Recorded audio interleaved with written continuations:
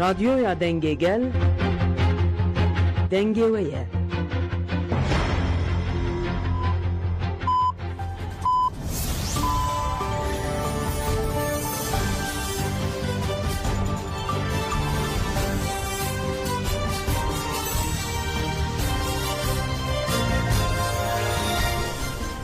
جنابندان چیان رادیو دنگ گلدن باشکودارین هجا ایروز 3 جوتمه 2024 پنجشنبه بروکسل ساعت 13 لامده 14 امنو چین آواروژه پیشکش بیکن لپیشی چند سرنو چین من لکنسی اروپایی به بشتاریا پارزرن ربراپو جیوینا چپمنی حق دار خستن لقادانار نتوی لدیجی تجداگیران آلسر ربراپو برتک هات نشاندن جبو میتینگ آزادی آل آمده بانگا بشتاری هات کرن HPG dagirker cezakir se drone jî xistin xwarê. Rejima İranê cezayê darvekirine da Hamid Hüseyin Nejad Heydaran û li ser Sinûrê nev sidê jî kolberek qetil kir. İsraîl êrişa Şamê kir, zavayê Nasrallah jî di nav de 4 kes hatin kuştin. دوباره باشکودارین هجام دست به برفریان و چین خدکن لکنسی اروپا جیوینا چپمنیات دار خستن شانده آدم پارتی و پارزرن ربراپو ابراهیم بیلمز لمجلس پارلمانتر کنسی اروپا هنده هفدیتن پیکانین پشت هفدیتنان کنسی اروپا جیوینا چپمنیات دار خستن پارزر ابراهیم بیلمز پارلمانتر کما یکیتیا چپ دکتر دب گویندارانش او گلک کس د جیوینا چپمنی دامده بون پارزر ابراهیم بیلمز آخوی گوت گلک پرسکرک هنه او بنگه همو پرسکرکان تجدال امرانیه لولاته که اندام کنسی اروپای گرتیگه که هی کس جخز منوان گرتیان نکارم بچین گرتیگه او خزمن خو ببینن پارزر جن کارم وکیلن خو ینلوی گرتیگه ببینن به تلفن جی درفتن اخافتن نینه ام نامه اندشینم برسو جمره نایداین بیلمز و ها دوام کر جبو ترکیه لدممه نه دارزاندن جزای idam راکرن لجزای حتی به حتی یه گرانگیری و که idam دکینه پراتیکه پارزر ابراهیم بیلمز دا زانین کو ترکیه 10 سالم بریارا دممه ناینه جه او ها بداوی کر مخابن کمیته وزیران کنسیا اروپا به جهان بریارن دممه برپرسیاره او ارکاخو ناینه جی پشره دکتر دب گویندراس آخوی گود ماسیا چاره سریا بریانها دنابرا دولتا ترک و کردان دهاتی دانین جاری دولتا ترک و هاتی تک برن دولتا ترک ایرو در چاره سرکینا پرسکریکا کرد اصرار دکه دوی سازین اروپا ده چارچوه سروریا مافی مروان حقوق و دموکراسی ده بو وظیفه و برپرسیاری هم خرابه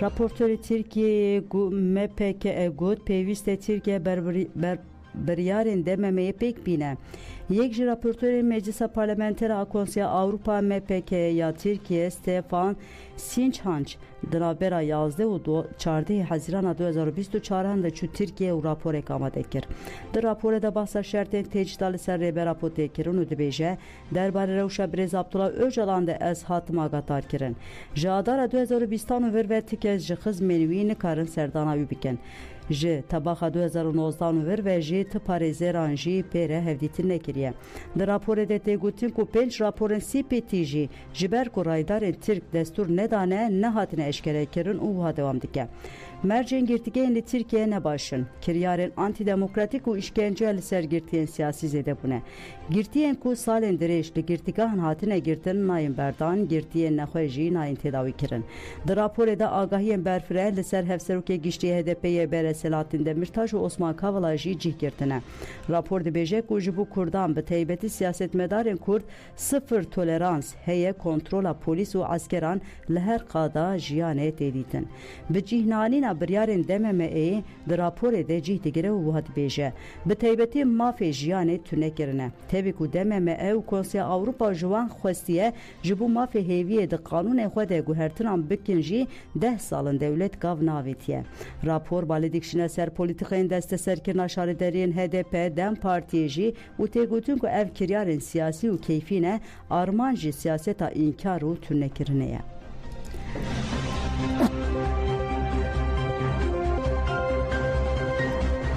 Ji bu mîtinga azadiye bank hate kirin çareseri azadiya Rêber Abdullah Öcalanê çalakiyên pêngava ku bi armanca şikandina tecda girankiriya li ser Rêber Abdullah Öcalan mêsûgerkirina azadiya wiya fîzîkî û çareseriya pirsgirêka Kurd di qada nav netewî de hatibû destpêkirin di dome.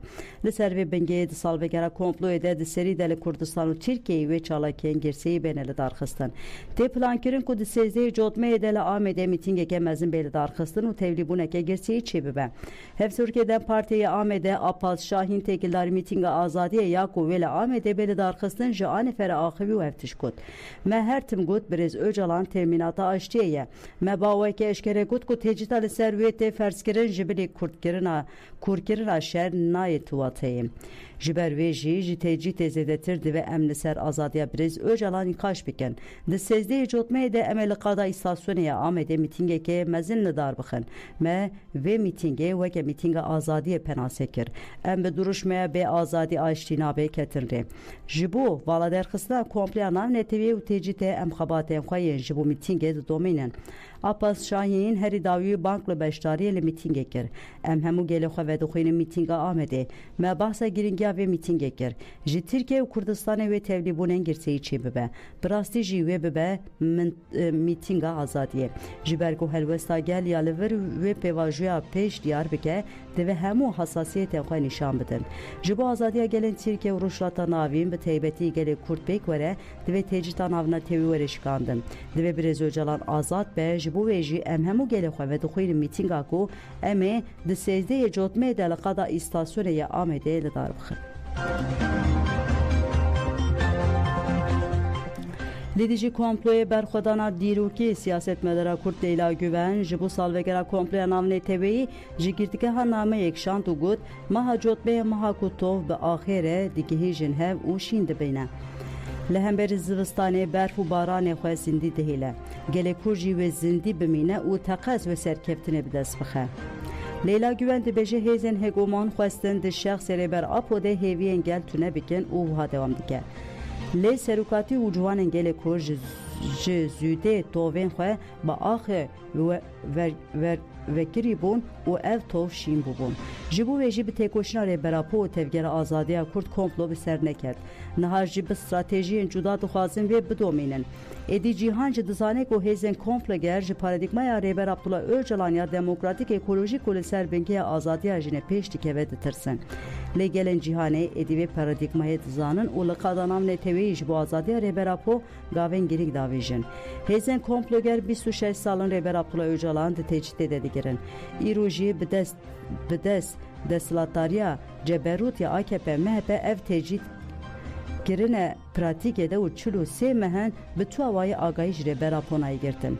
Bila werî zanin ku Rêber Abdullah Öcalan rêberê bi milyonan Kurd û gelên cîhanê ye. Ev aktorê herî serekeye demokrasî, jiyana azad û hevriyên ya gelane, ev aktorê pêşeng ya azadiya jinê ye. Leyla Güven bal dikşîne ser ferehbûna kampanyaya ji Rêber Aporê azadî û wiha bidawî dike. Êdî hêzên hegemonîk wê nikaribin zext û zora xwe li ser gelê Kurd û gelên cîhanê bidomîne. Leyla Güven herî dawî bank li gelê Kurd û dostên wan kir ku ji bo azadiya Rêber Apo têkoşînê mezintir û xurttir bikin.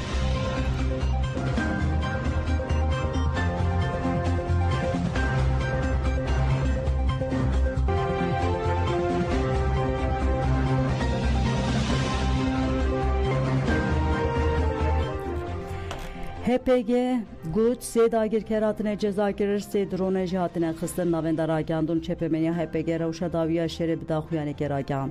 HPG pêşî derbarê çalakên gerîla devan agahiyan dide. Li Herêma Şehîd Delîl a Rojavayê Zapê. Sîhê Îlonê li qada berxwedana Yekîre Bihar gerilan biçekên giranê dijî kepçeyeke riya leşkerî çê dikir çalakî kirin. Kepçeya ku derxwar karê wê hat rewestandin. Li heman qadê wesayeteke askerî jî bû hedefa çekên giran ên gerlayên yê astarê. Dencama çalakiyê de wesayet çewitî û îmha bû. Yekê cotmeyê jî gerlayên yê astarê dijî dagirkerên hev didan li qada berxwedana Yekîre Amediyê çeperan çê bikin çalakiyeke sekvaniyê kirin de encamê de dagirkerek birîndar bû. her wa bi çalakeke cuda derb li dagirkerên li vê qadê hat xistin. Duduye cotmeyê jî gerilen bi çalakeke sabotajê li dagirkerên li qada berxwedana Yekîrê Amêdiyê xistin. Di vê çalakek gerilayên ji astarê de bi qasî hat zelakirin sê dagirker hatine ceza kirin. Heman rojê bi çekên giran derb li dagirkerên li qada berxwedana Yekîrê Amêdiyê û cudî hatiye xistin. Dîsa dudu û sesê cotmeyê li qada berxwedana Yekîrê cudî di dronên artêşa Tirk ji alê gerilayên ji astarê ve hatiye xistin. Li Herêma Garê sîhê Êlûnê droneke ji qadayê Çomankê ber bi qada Ciravê ve di çû ji alê gerila ve hatiye xistin. Li Herêma Xakurkê sîhê Êlûnê du caran dagirkerên li girê şehîd hemîn bûn hedefa çekên giran ê gerîla û derxwarin. Navên de ragihandin çepemeniya HPG têkêdarê êrişên dewleta Tirk ji agahî dan. Di navbera sîhê Êlûnê yek û di duyê cotmehê li Rojava Êzapê tünelên şerên li qada berxwedana Yekîrê cudî heft caran û tünelên şerên li qada berxwedana Yekîrê FM du caran bi teqemeniyên qedexekirî hatiye bombebaran kirin. Wekî din li Xakurkê qadengirê Rostê, Şehîd Şerîf, Kendekola, Lolan, Sinûnê, Berbizinê û girê Meskan. Li Garê qadengirê Sêdarê, girê Kun, girê Sîser û Dêrikê.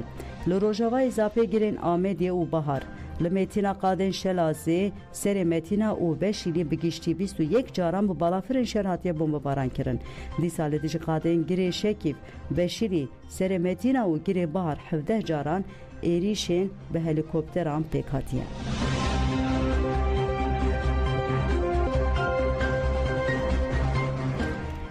HPG gerilayê şehîd Nuda û Şiyar bi bir anî navên de ragihandina HPG derbarê şehadeta Nuda û Şiyar de daxuyaniyek da li daxuyaniyê de wiha hat gotin. Milîtanên fedayiyên Apoyê hevrê gerîla Şiyar û Nuda ku bi her awayî xwe tevlî têkoşîna azadiya gelê Kurd kirin û mohra xwe li serkeftinên destanî dan. Navên de got ku hevrê gerîla Şiyar û Nuda bi sekna xwe ya li nava jiyanê bi hevrêtiya Kurd û keda ji bo jiyanê bûne milîtanên Apoyê yên mînak û wiha devam dike. Ew bûne şoptarên hevriyên xwe yên fedayî û di têkoşîna azadiya gelê Kurd de kedeke mezin dan. Hevrê gerîla Şiyar û Nuda weke şervanên wêrek û fedayî mîratiyek têkoşînê li pay xwe hiştin û di çarê Êlûna 2017 de tevlî kavran Nemirên Kurdistanê bû. HPG ji malbatên şehîdan û gelê Kurd re sersayî xwest û nasnameya şehîdan û eşkere kir. Ersîn Arvas bi nasnav Şiyar Cudî li Wanê jî dayîk bûye navê dayîk Zübeyde navê bav Tahir di çarê Êlûna 2017 de li Zapê şehîd bû. Deniz Bayar bi nasnav Nuda êriş Andok li Şirnexê jî dayîk bûye navê dayîk Fatma navê bav Metin di çarê Êlûna 2017 de li Zapê şehîd bû. HPG li ser sekna şehîdan jî vê nirxandinê dike. Hevrê Şiyar li Herêma Geliyê Karkerê yê navçeya Westan Awanê li nava malbateke welat Parîz de ji dayîk bû. Malbata hevrê Şiyar di salên 1990 de ku li Bakurê Kurdistanê gund dihatin şewitandin û kuştinên kiryar nediyar gelekî zêde bûn ji ber zilma dewletê koçî wanê kir. Hevrê Şiyar di dema dibistana dagirkeran de dixwend tevlî nava karên ciwanên şoreşker û welat Parîz bû. Di sala 2007 de tevlî nava refên gerîla bû. Piştî pêvajoya perwerdeya destpêkê hevrê gerîla Şiyar li her qada berxwedanê têkoşîn kir. Hevrê gerîla Şiyar piştî têkoşîna li herêmên parastina medya çû Zapê û têkoşîn kir û di çarê Êlûna 2017 de tevlî karwanên Emirên Kurdistanê bû. Hevrê Nuda li Slopya di nava malbateke welat Parîz de ji dayîk bû ji biçûkatiyê têkoşîna azadiya Kurdistanê nas kir. Hevrê Nuda di pêvajoya berxwedana Kobanê de di dema seferberiyê de bi rengeke çalak tevlî kar bû. Di sala 2015 de tevlî nava refên gerîla bû. Piştî perwerdeya destpêkê li herêmên parastina medya li her qadê berxwedan têkoşîn kir. Hevrê Nuda di demeke Kurd de bû gerileyekê yê ji astarê. Bi lêhûrbûna xwe ya artêşbûna jinê ya ku bi keda rêbertî û hevalên şehîd hatiye pêşxistin re her tim armanc kir bibe bersiva pêvajoyê.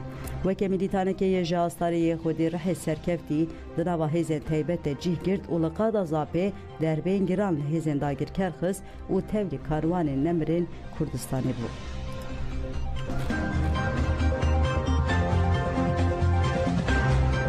Gerilayıcı astarı Ruken Cizir tekildari kompleya navne teveji ajansa anı ferakhvi. Ruken Cizir bakşanser armancı hizen kompleger ule haberi komple seknare berapo.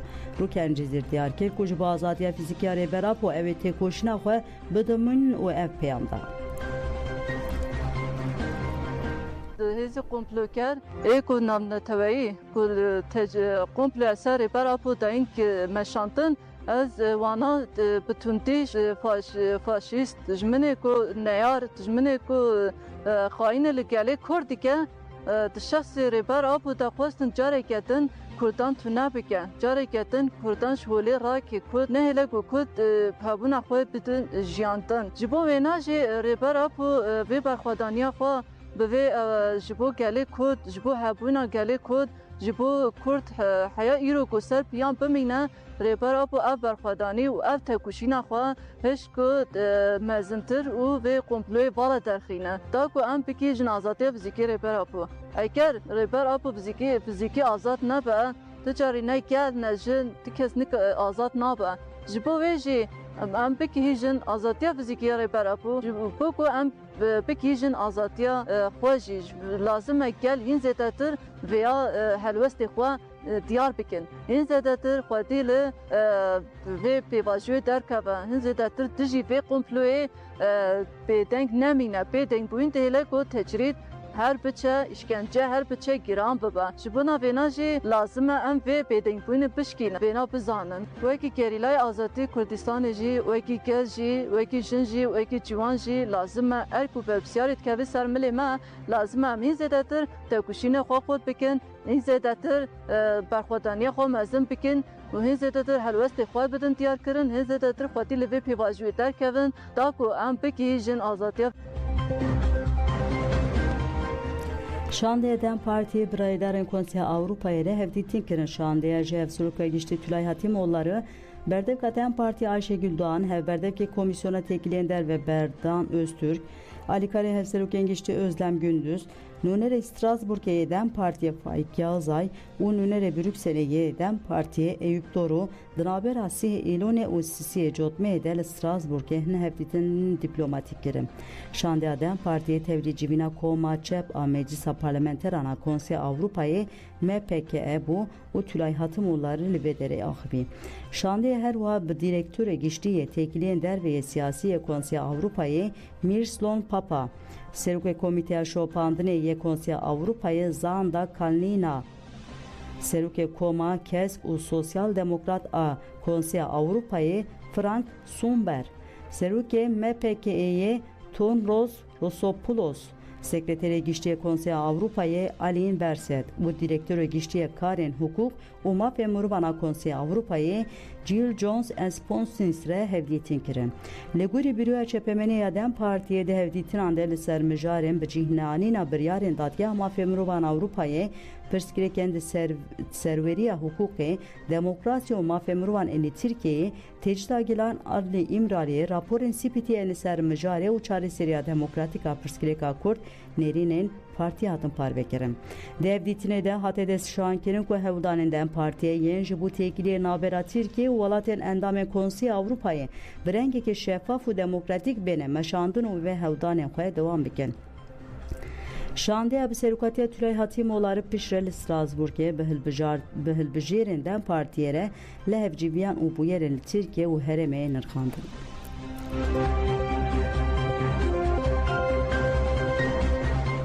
Endama destêre ve bera tevgera azadî Runak Mecid diyar kir ku armanca şehîdkirina jinên pêşek ên weke nagihan Akarsel bênenkirina civakê wiha got. Belavkirina raman û zanista jinolojiyê di nava jinan derê li ber ji bîrkirina rê û têkoşîna şehîd nagihan Akarsel digere û komploya dijminan ji bo tunekirina civakê bi qetilkirina ramana azad pûç dike. ئاسایی نییە بابەتێکی با بڵێن ڕۆژانەی نییە بابەتێکەوە نییە تەنها ژنێک بکوژرێ بە پێچەوانەوە هەوڵی تیرۆرکردنی شەید ناگەهانیان هەر ژنێکی تر طبعاً ئێمە ئەزانین کە هەر لە ئەم ساڵیشا دیسانەوە دوو ڕۆژنامە نووسکە شەید دەکرێن بە درۆنی دەوڵەتی داگیرکەری تورکیا شەیدکردنی ناگەهانیش هەر بە هەمان شێواز بوو بە هەمان بەڵام ئەو تیرۆرێکی ڕاستە و ڕاست بوو طبعا ما بس لتيرور كردن ياخذ ما بس لشهيد كردني جني بيشنك ما بس لويك او جناني كازانن يتر كاريجريان لسر كوملغا هيا اي انوي كوملغا روشن كانوا بشوازك لشوازك كان يعني فكريك يعني فلسفيك يعني بشوازك تنانت رولي جن خوي لا هم لنا خزانيا هم لنا كوملغا همش لنا تنانت لجهانيشا كتير روليك هيا بو اشتي بو آرامی بو آزادی رولی جن دیاریه کن بویا اوجنانه اکرین به آمان چونکه بردوام تنها لو روانگیونیه که تنها خوی گریدرای فکر و فلسفه بو بپیچوانه تنانت بو روشن کردنی تاک به تاکی جنی کاملگا لحول و تقلایک بو هلبته اما ازانین که شهید ناگهان جنی بو با عقلیتک و با بیرو بچونی کی جواز اوش که عقلیتی جن که جن چون پیشنگاتی که جن چون آزاد به جن بچی شواز یک بتوانه ببیت مومک بورنا کردنوی هم کاملگاکی و هم خزانکی و همیش بابلین بو دهاتو که بو نوی دهاتو ببیت جرای که بتوانه او ناکی Birleşikliklerine Hizbul kontra Hudapar. Rojnavan Cengiz Altun u Çetin Ababay Rezikni Vizeklese Reksna Hizbul kontra Kupişre bu Hudapar Amadekiriye u Dibejin Devlet Atık Reji Tevgera Rızgariya Neteveya Kurdu Armanca Gel Jisalen 1960 ve Bigelek Stratejiyen Cuda İrişkirin. Pişti salen 1970 Kubi Peşenkler Tevgera Azadiya Kurdistan'ı Eniya Çepkir u Sosyalist Beteybeti Netev Pereziya Kurt Peşket Gelek Reksinen kontrayen paramiliter avakirin. Ev komen paramiliter bi maskeyen cuda u li dijî civaka Kurd û Tevgera Azadiya Kurdistanê bikaranîn. Ev komen paramiliter bi maskeya İslamî hatin avakirin. Daire Şere Teybe jî Hizbul kontra avakir û Hüseyin Durmaz Velioğlu girin Serukê ve koma kontrayê. Velioğlu Kurdeke jinavçe Elî Kerçûseye. Di destpêka salên 1970 de ji bo zanîngehê diçe Ankarê û tevlîkarên Yekîtiya Xwendekarên Neteweyî MTTP dibe. Ev xwendekar bi tevgera Akıncı yên girêdayî Partiya Erbakan MSP re tekildarin. Velioğlu zanîngeh neqedand û vegeriyayê Elî hê û weke sîxûr dest bikar kir. Paşna ve xwe guhertu kire Velioğlu. Velioğlu dibin maskeya İslamî de weke li dijî komünîzmê dest bikar dike. Di sala 1980 de li Elihê di hilbijartinên sendîkayê petrol îşê de weke namzetê MTTP li dijî namzetê Tevgera Azadiya Kurd kete hilbijartinê de. Dewlet jî ew destek kir. Di heman salê de di hilbijartinên şaredariyê de jî namzetê Tevgera Azadiya Kurd Edîp Solmaz li dijî namzeta Eşîra Rama bi serket. Di dawiya salên 1970 de bi destê Hizbul kontra li Elî sih du kes hatin şehîdkirin. Piştî serkeftina şoreşa İslamiya İranê li gelek çeteyên Hizbul kontra çûne İranê. Li gurî mukurhatina çeteyên Hizbul kontra yên wekî Cahide Kılıçdaraslan Hüseyin Velioğlu jî diçe İranê û tê. Di dawiya salên heştî de dema di navbera tarikata Menzîlê û İlma nû de şer dest pê dike. Velioğlu bi desteka daireya Şerê Teybet Fidan Güngör jî di nav de hemû rakibên xwe tasfiye kirin. Piştî ku weke serokê bi hêz derkete pêş bi desteka îstixbarata Tirk berê xwe da PKK. Li bajar û navçeyên Bakurê Kurdistanê dest bi kuştina welatparêzên Kurd, mele û oldarên ku rastiya İslamê vedibêjin kirin. Li dewleta Tirk dît ku tu komên kontra û paramilîter û artêşa wan jî nikare rê li ber serkeftina PKK bigire kontroyên jî teme jî kirin nava tevgerê de. Di vê serdemê de Hizbul kontra û jitem bi hev re kar kirin û hezaran welatparêz û oldar şehîd kirin.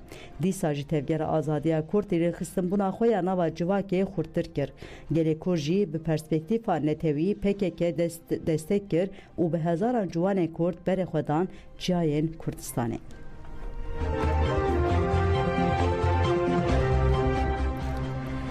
Girtiye siyasiye Kurd bi cezayê darvekirina hat mahkum kirin li gorî Medya Rûşdatê Kurdistanê belav kirî ji bo girtiye siyasiye Kurd Hamid Hüseyin Nejat Heydarlu ji aliyê desthilata Îranê ve cezayê darbekirî hate dayîn. Hatiyarkirin ku Hamîd Hüseyin Nejad bi tometa endamtiya partiyeke Kurd li Rûşatê Kurdistanê hatibû binçavkirin. Her wiha destşankirin ku Hamîd Hüseyin Nejad xelkê gundê Sîgirîkî ya ser bi bajarê Celderanê û ji aliyê şaxê yekem ê dadgeha şoreşa bajarê Ürmiyê ve bi cezayê darbekirî hat mahkum kirin.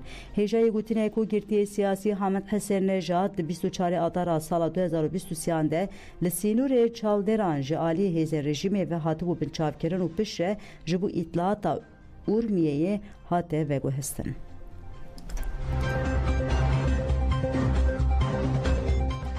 Değeri şahizên Îranê de kolberek hat qetil kirin li gorî Medya Rûşatê Kurdistanê ragihan duhdanê êvarê kolberek Kurd ê bi navê Tarık Nezîrî ku xelkê Selasî Bawecanê ya li Sînûrê Mewsû ciyalî hêzên rejima Îranê ve rast hate gulebaran kirin. Hatiyarkirin ku piştî rakirina nexweşxaneyê Tarık Nezîrî ji ber giraniya birîna xwe jiyana xwe jî desta. Tarık Nezîrî zewicî bû û bavê sê zarokan bû. Li gorî bilançoya salanê ya çalêkvanên mafê mirovan ê Îranê heta nîva sala 2024 dised û heftê kolber li navçeyên cudayên Sînûr ên di navbera parêzgehên Azerbaycanê, Rojava, Sîne û Kirmaşanê de ji ber êrişên hêzên çekdar ê Îranê û sedemên cuda de jiyana xwe ji destan û birîndar bûne.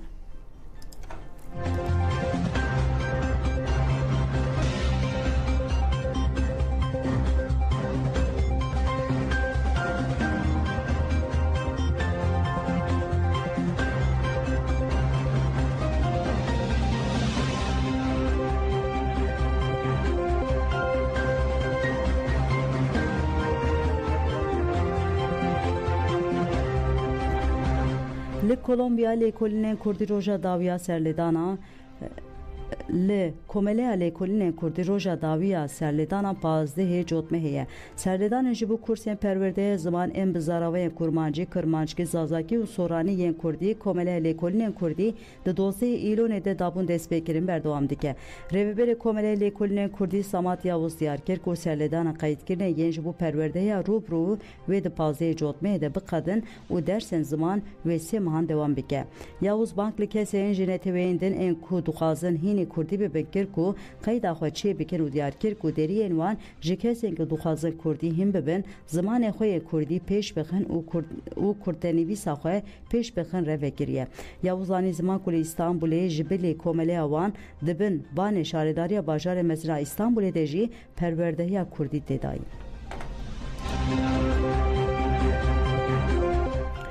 Değrîşa li Şamê de zavayê Nasrallah jî di nav de 4 kes hatin kuştin saziye çavdiriya mafê mirovan a Sûriyê Sohrê têkildarê êrişa İsraîlê ya li ser paytexta Sûriyê Şamê de daxuyanek belav kir. Di daxuyanê de hat gotin de êrişa li ser daîreyeke apartmanê de ya li taxa mazayê ku lîderên Hizbullah a Lübnanê û muxafizên şoreşeyên Îranê timî serdana wir dikirin bûn hedefa êrişa İsraîlê. Di êrişê de zavayê Hasan Nasrallah, Hasan Cafer El-Qasr, jineke ciwan, endameke Hizbullahê û keseke nastameyê wê diyar nebû bi giştî 4 kes mirine. Çavkanekên nêzî Hizbullahê ji AFP're axivî got Hasan Cafer El-Qasr birayê Cafer El-Qasr bû ku ji veguhestina çekan a ji Îranê berpirs bû û Lübnanê berpirsyartî dikir. İsraîlê roja sêşemê ragihand dibû ku di êrişeke li quntarê başûr ê Beyrûtê de Cafer El-Qasr hatiye kuştin. Li herêma Mazê ya lüks ofîsên misyonên dîplomatîk û neteweyên yekbûyî lê ne.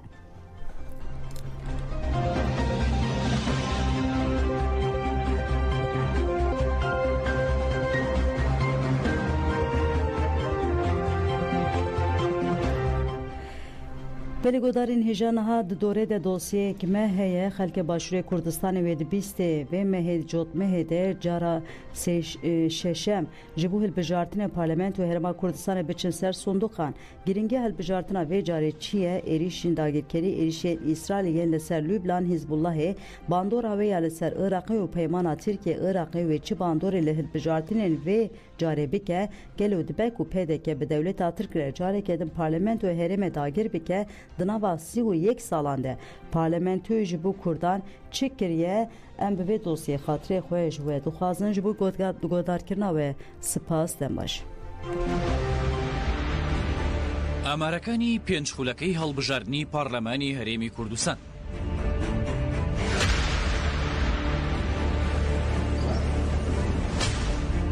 هەڵبژاردننی یەکەم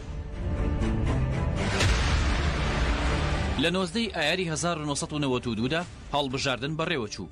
جەوهەرنامێق کە سەربە پەدەکە بوو بووە سەرۆکی پارلەمان. لەم خولەی پارلەماندا یەنەکە و پەدەکە باشووری کوردستانیان لە نێوان خۆیاندا دابەش کرد. هەریەک لە پەدەکە و یەنەکە لە خولی یەکەمی پارلەماندا خاوەنی 50 کورسی بوون. 5 کورسیش بۆ کەمینەتەوەیەکان بوو. لە خولی یەکەمی هەڵبژاردندا 99 پارلەمانتار پیاو بوون، تەنها 6 ژن بوون.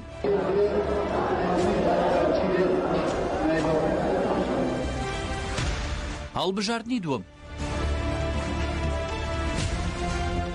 لە 30 کانونی دووەمی 2005دا هەڵبژاردننی خولی دووەمی پارلەمانی هەرێمی کوردستان بەڕێوەچوو. لە خولی دووەمدا عەدنان موفتی کە سەربەیەنەکە بوو بووە سەرۆکی پارلەمان. بەگشتی 13 لیستی جیاواز بەشداری هەڵبژاردنیان کرد. لەم خولەدا ژمارەی پارلەمانتاران لە 105ەوە کرا بە 111 پارلەمانتار. لەم هەڵبژاردنەدا یەنەکە، پەدەکە، یەکگرتووی ئیسلامی، لیستی نیشتمانی دیموکراتی کوردستان بە یەک لیست بەشداریان کردو.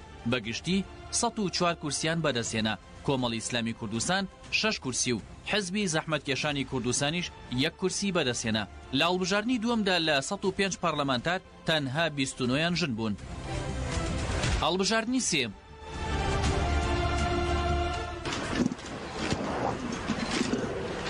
لە 25 تەمموزی 2009دا هەڵبژاردننی خولی سێمی پارلەمانی هەرێمی کوردستان بەڕێوەچوو. لەم هەڵبژاردنەدا 24 لیست بەشداریان کرد و 11 لیست سەرکەوتن. لەم خولەدا بزوتنەوەی گۆڕان وەک لایەنێکی ئۆپۆزیسیۆن بەشداری هەڵبژاردننی کرد و توانی 25 کورسی بەدەست بهێنێت. یەنەکە و پەدەکە بە یەکەوە بە ناوی لیستی نیشتمانی بەشداری هەڵبژاردنیان کرد و 64 کورسیان بەدەستهێنا. کۆمەڵی ئیسلامی کوردستان، یەکگرتووی ئیسلامی، حزبی سۆسیالیست و حزبی ئایندە بە یەک لیست بە ناوی لیستی خزمەتگوزاری و چاکسازی بەشداری هەڵبژاردنیان کرد. ئەم لیستەش 13 کورسی بەدەستهێنا. هەروەها بزوتنەوەی ئیسلامیش 2 کورسی بەدەستهێنا. کورسیەکانی تریش بۆ کەمینەکان بوون. لەم خولەدا کەمال کەرکووکی کە سەر بە پەدەکە بوو بە سەرۆکی پارلەمان. هەروەها 2 ساڵی کۆتایی ئەرسەلان بایس کە سەر بە لیستی یەنەکە بوو بە سەرۆکی پارلەمان. لە هەڵبژاردننی سێمدا 71 پارلەمانتار پیاو بوون و تەنها 40 ژن بوون. هەڵبژاردننی چوارەم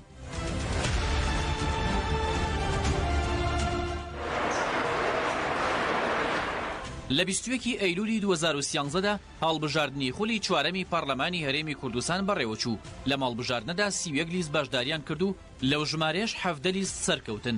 لە هەڵبژاردنەدا پەدەکە 39، گۆڕان 24، یەنەکە 19، یەکگرتووی ئیسلامی 10، کۆمەڵی ئیسلامی 7، حزبی سۆسیالیست 2، بزوتنەوەی ئیسلامی 1 و حزبی کۆمۆنیستیش 1 کورسیان بەدەستێنا.